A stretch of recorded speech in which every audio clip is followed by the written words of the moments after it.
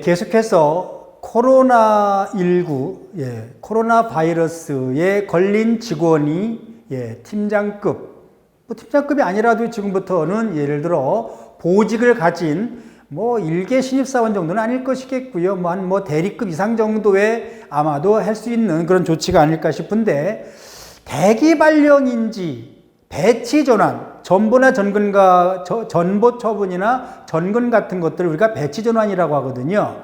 하여튼 담당하는 업무를 바꾼다거나 근무하는 장소를 저기 좀 구석진대로 한다거나 이런 조치들을 헷갈리게끔 회사에서 이것을 악용할 소지가 있습니다. 그래서 회사가 코로나에 걸려온 직원을 어떤 식으로 인사처분하느냐 하는 거에 대한 내용들과 관련돼서 우리가 좀 그 경계가 모호한 그런 처분 중에 하나가 이게 대기 발령 처분인지 아니면 배치 전환 처분인지 그 구분을 좀 할 필요가 있습니다. 배치 전환을 한다면 그 유효 요건은 또 뭔지, 회사는 코로나에 걸렸다는 것을 핑계로 근로자에게 부당한 인사 조치를 할 수 있는 개연성이 있는데, 그 유효 요건이 뭐냐? 결론부터 말씀드리면 대기 발령 조치가 아니고 전보나 전근 조치라고 한다면 첫 번째는 업무상 필요성이 있어야 됩니다.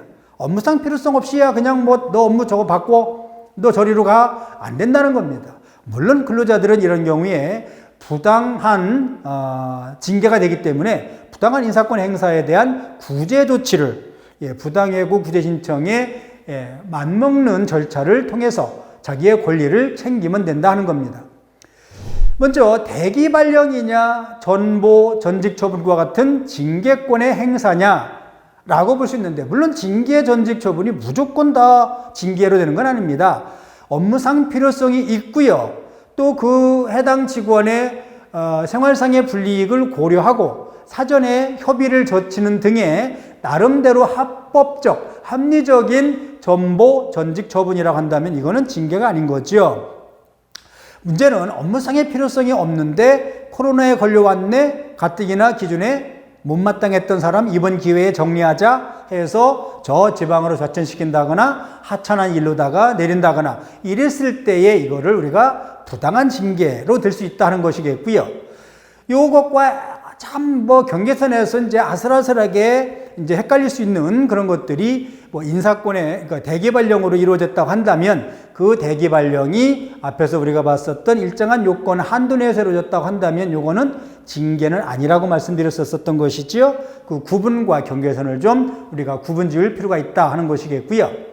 그러면 전보 전직 처분과 대기 발령 간에는 어떤 구분, 어떤 차이가 있느냐, 그 판단은 참 쉽지는 않습니다. 이렇게 좀 일단은 어떤 기준점을 마련해 볼 수는 있을 것 같아요. 전보나 전직 처분이 정당한지 아닌지에 대한 판단은 이것은 확정적 처분입니다. 예를 들어서 1년간 또는 6개월 그 이상의 지방으로 발령을 냈다. 아니면 영업 담당하는 사람을 2다리 2팔 다 잘라가지고 관리직으로 옮겼다든지, 이렇게 어떤 확정적 처분인 경우에는 전보나 전직 처분인 것이겠고요. 대기 발령이라는 것은 짧으면 일주일, 길어도 한두 달 정도, 석달 3개월 넘지 않는 정도의 잠정적으로 보직 해임 후 집에서 자택대기 내지는 인사부의 어떤 출근 대기 조치를 하고 나서 후속적으로 다음 보직을 준다거나 다음 후속 처분이 이루어지는 그런 것이라고 한다면 이거는 잠정적 처분으로 봐야 되는 것이겠죠. 이럴 때는 문제될 것이 없는 거죠. 그래서 확정적 처분이냐 전보나 전근이 되겠고, 잠정적 처분이냐, 이거는 대기 발령으로 봐야 될 겁니다. 다시 한번 강조드립니다만은 전보나 전직 처분과 구별되는 의미에서 대기 발령이 떨어졌는데, 이것이 당연퇴직 규정과 연관돼서 규정이 서로가 이제 맞물려서 이것이 퇴직으로 연결된다면 이것은 부당하다고 말씀드렸죠. 물론 해고의 정당성 요건 되는지 안 되는지 한 번 더 검토해 봐야 되겠지만, 대부분은 해고 요건이 안 되기 때문에 일단 직위해제 그리고 대기 발령 내는 경우가 일반적이라서 부당하다라고 판정되는 경우가 다반사일 겁니다. 그래서 그런 것들은 좀 조심을 좀 해주셨으면 좋겠어요. 그래서 전보나 전직과 같은 배치 전환과 대기 발령과의 차이가 무엇인지에 대한 아주 예민한 차이에 대해서 살펴봤습니다.